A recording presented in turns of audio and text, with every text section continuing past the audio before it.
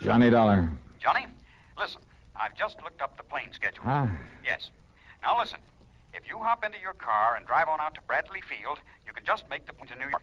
New York? At this ungodly hour? Listen, will you? It'll get you there just in time to catch the morning 707 out here to the coast. Whoa. Hold everything, will you? Get going, will you, Johnny, while this thing is still hot? Wait a minute, I tell you. Who are you? What's this all about? Oh, I'm sorry. This is Art Bascom, Western Life and Trust Insurance here in Los Angeles. Arthur, in the middle of the night. It's morning.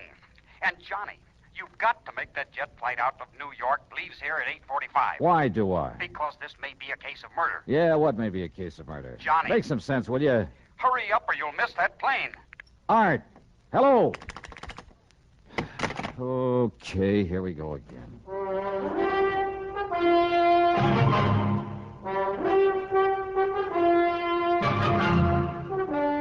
CBS Radio brings you Bob Bailey in the exciting adventures of the man with the action-packed expense account, America's fabulous freelance insurance investigator. Yours truly, Johnny Dollar. And now, Act One of yours truly, Johnny Dollar.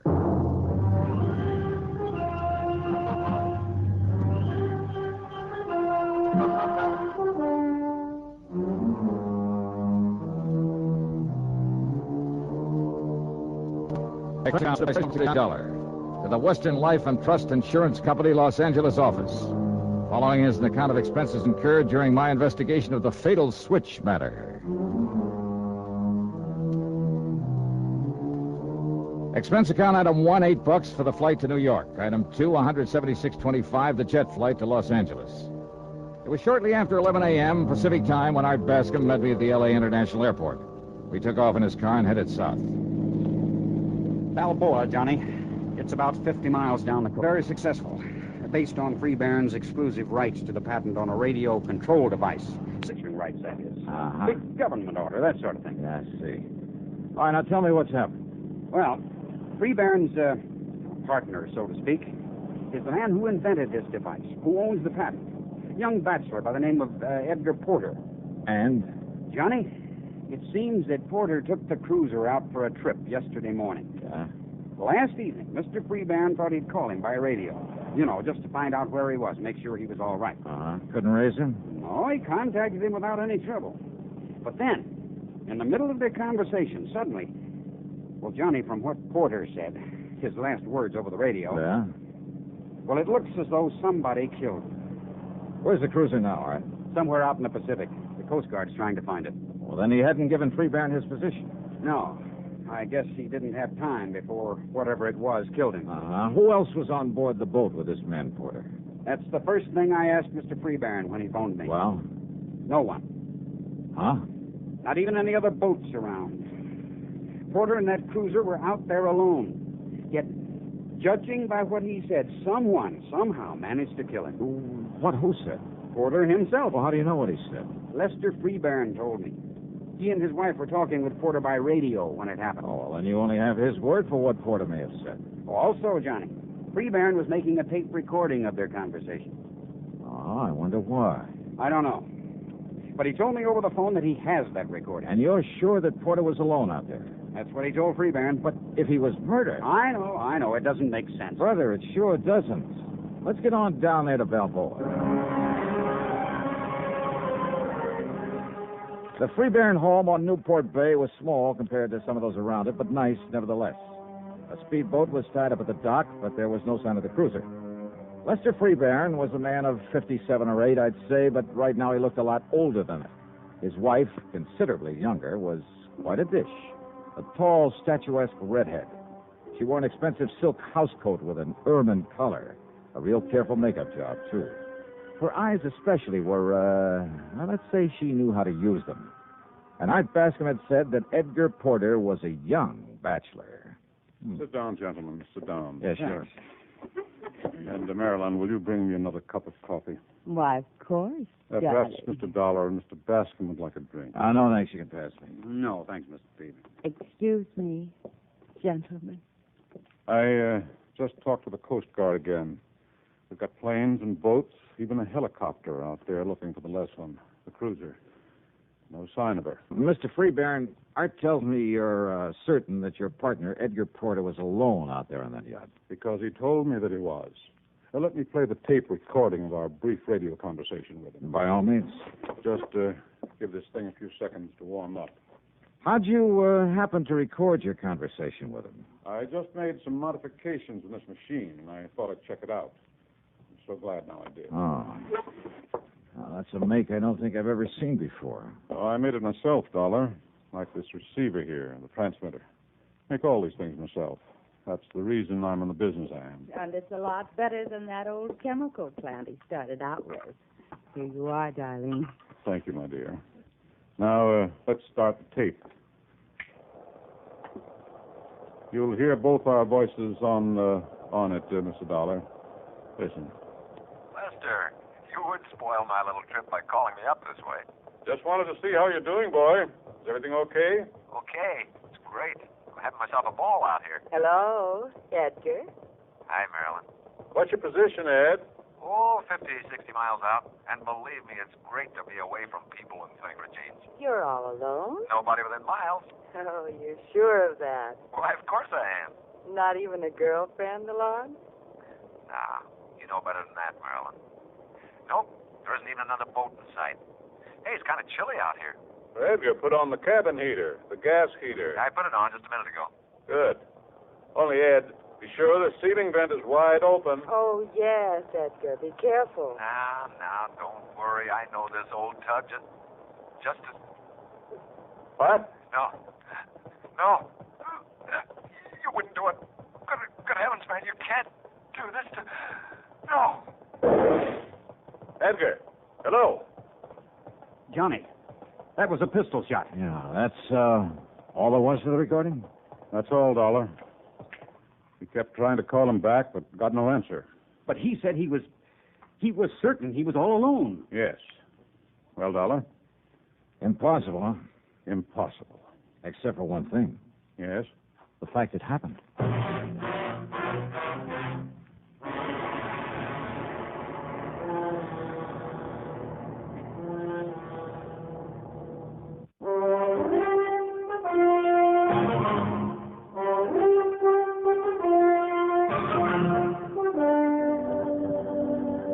One thing is sure, Mr. Freebairn, there isn't much we can do until the Coast Guard locates that cruiser of yours. They've promised to call the minute they do. Johnny.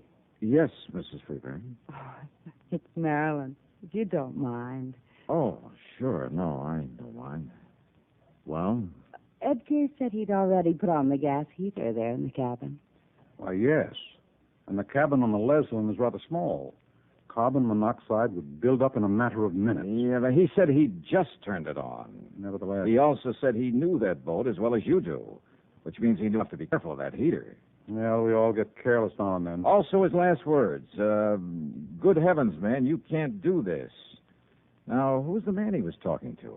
It doesn't make sense, Johnny, because he swore he was alone out there. Yeah, but was he? Oh, Edgar was so painfully honest, even about little things. If he said he was alone, he was. Or at least he believed that he was. Well, if somebody had come out of some hiding place to threaten him, wouldn't he have identified him by name, at least for your benefit? Hiding place? Well, don't forget, he knew that you were hearing every word he said. Yes, of course. But as for anyone hiding there on the boat, no, it's impossible. Edgar was too meticulous.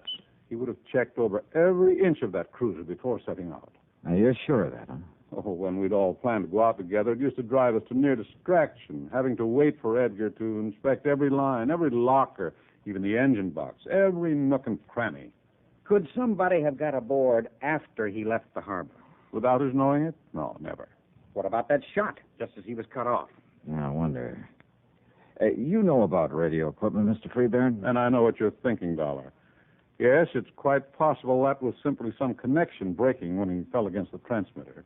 Or it may have been a shot. By whom? Suicide? Edgar? Oh, never, Johnny. You sound pretty sure of that. Oh, I agree with the Dollar. Edgar had too much to live for. His invention's about to make him millions, thanks to what I've been able to do with it. Well, then this radio control device will do all right by you, too, won't it? Of course it will. Now, just a minute. What do you mean to imply by that? Incidentally, Art, Yes, Johnny. just what's the insurance angle on this thing? Oh, I thought you understood. There's a partnership policy between Edgar and Mr. Freeburn. Survivor of the two becomes the beneficiary? Yes. For good heavens, do you think money would ever compensate for the loss of a man, a friend like Edgar? What's the face value? $225,000. Oh, No, dollar. Hey, tell me, if Edgar is dead, Mr. Freebairn, do all rights to this patent revert to you? Yes. After all, I'm the one who... Now, look here, young man. Yes, Johnny. Well, just take it easy now.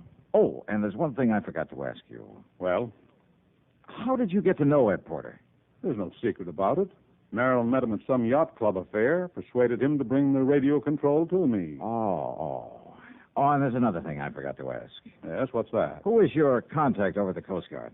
A man by the name of Adam Patrick. Huh? Pat? Why do you say it that way, Johnny? Well, he's an old friend of mine. Gave me a hand when I was out here on the Ellen Deer matter. Ellen Deer? Yeah, name of a big yacht that was being used for smuggling stuff up from Mexico, narcotics and stuff. Well, certainly you don't think our cruiser was being used for... I don't see the connection. All right, let me use your car. Of course, Johnny. Here are the keys. Good, thanks. Where are you going? Well, instead of waiting for Pat to call here, I think I'll run over and see him. I think you're right, Dollar. Why don't we all go on over there? We can get any news of the Leslin and Edgar firsthand. No, thanks. I'll go alone. May I ask why? Because I've suddenly got me a handful of ideas about this whole affair. Oh, Johnny? Like what? I never was very good at mathematics. Mathematics? If I can get there first, well, maybe I can add 2 and 2 together and somehow come up with 5. What? That is, if Edgar Porter was murdered.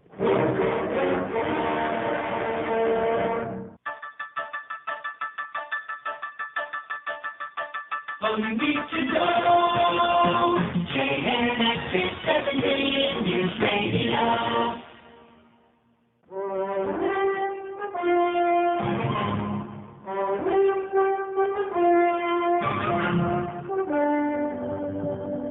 I tore on over Coast Guard quarters. Now that my old pal, Adam Patrick, was just about to take off in a cutter. Okay, boys, cast off and let's get underway. Aye, sir. No, wait. Johnny! Hold everything, will you? Oh, sir. Here I come. Johnny Dollar, who do you think you are, Superman? Hiya, Pat. I hope you're heading out to the Leslin. Why, yes, one of our cops has spotted her a few miles out. You're working on this one, too? Yeah, kind of a thick one, isn't it? Sure it is. Now, a man completely alone out there could be murdered. There couldn't possibly have been anyone with him. At least with old man Freeburn has been telling me the truth. Oh, I think he has, Pat. At least as far as he's gone. What do you mean by that? Well, does he know you've located the Leslin? Sure. When I got word, I phoned him, then grabbed Dr. Wilson. See him up board there. Hey, wait a minute. You gave Freeburn the position of the Leslin? Sure, why not? Hey, listen, can you get a few more knots out of this barge? We're up on top right now. What do you mean, Johnny? How much do you know about Lester Freeburn and his wife? Oh, man, that Marilyn. Huh? Greatest business asset a promoter like Freeburn could possibly have. Oh, How else do you think he got his paws on that radio control he makes? yeah, I know about her connections. Why not? Why shouldn't she? It's that kind of monkey shines that keeps her in furs and expensive cars and everything else she likes. Yeah, I see. Then the Freeburns are quite a team, huh? Understatement of the week. And I understand he does pretty well for himself. Look, when that government contract gets rolling, and if his partner's dead, well, man, he's back in the black so fast. Oh, you think he's in the red now? Look, after all that dough he spent on that plant, Johnny, A couple of $100,000 might come in handy, huh? even $1,000 or two. What are you getting at? Let's get on out to the Leslin, huh?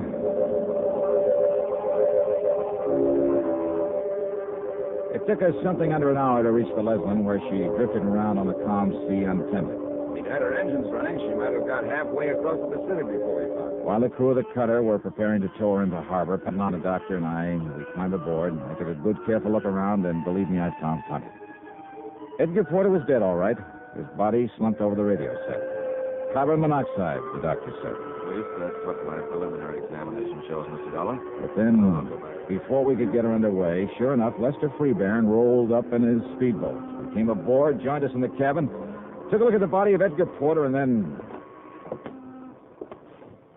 Then it was carbon monoxide poisoning. And I told him by radio to be sure that this vent was open. Too late, Mr. Freeburn. What, Mr. Dollar? Well, that fast little boat of yours didn't get you here soon enough. That vent was wide open. Yeah, the first thing I looked at. Well, then I don't understand. If it was carbon monoxide poisoning... Yes, John. Oh, sure it was. But not from this gas heater. You mean maybe some leak in the exhaust system? Not even that would have done it, Pat. This cabin door was wide open when we came aboard. Well, even so... Alive, Edgar was pretty valuable to you, Mr. Freeburn. Of course. As my partner with his invention... And your wife, with an eye for the dollar sign, roped him in very nicely for you. I guess he really had a case on her.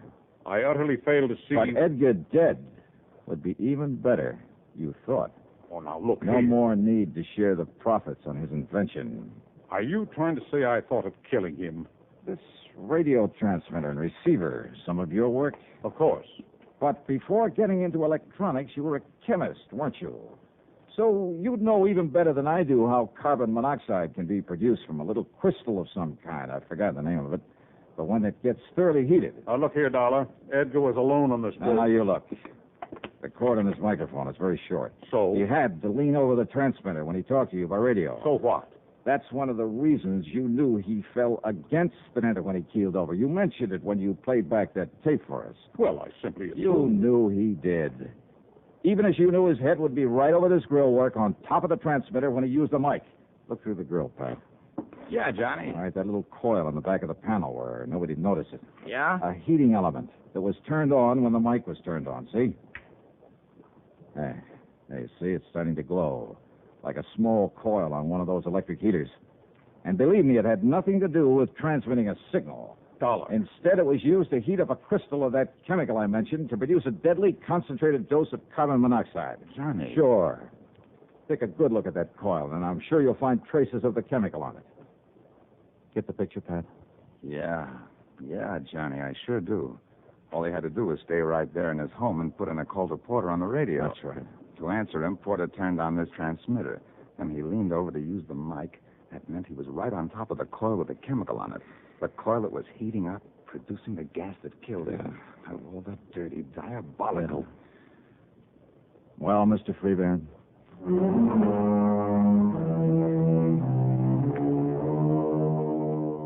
Yep. Lester Freeburn had suddenly run out of answers. And I'm willing to bet that the best lawyer in the country can't get him out of this one. Best of all, of course, he won't collect a penny of the insurance on the partner that he murdered. Expense account total, including all the incidentals I could think of, and the plane fare back to Hartford, $386.21. And cheap at half the price. Yours truly, Johnny Dollar.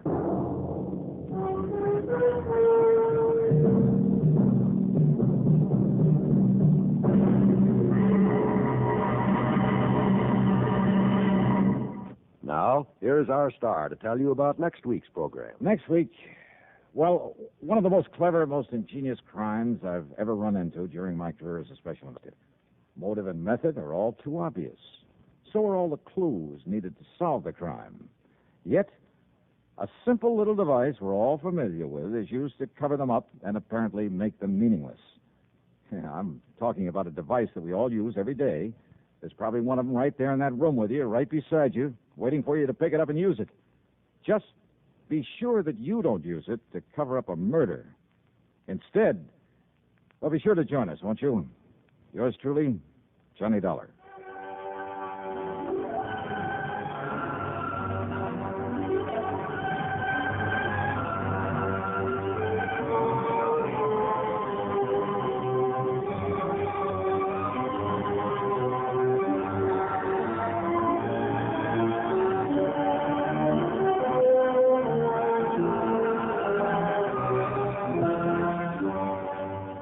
Yours truly, Johnny Dollar, starring Bob Bailey, originates in Hollywood and is written, produced, and directed by Jack Johnstone. Heard in our cast were Virginia Gregg, Olin Soule, Sam Edwards, Will Wright, and Herschel Bernard. Be sure to join us next week, same time and station, for another exciting story of yours truly, Johnny Dollar.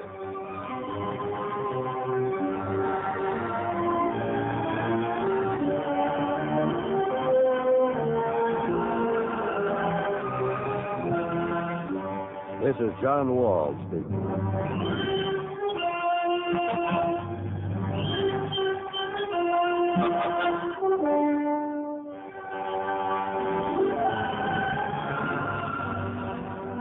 Johnny Dollar has come to you through the worldwide facilities of the United States Armed Forces Radio and Television Service.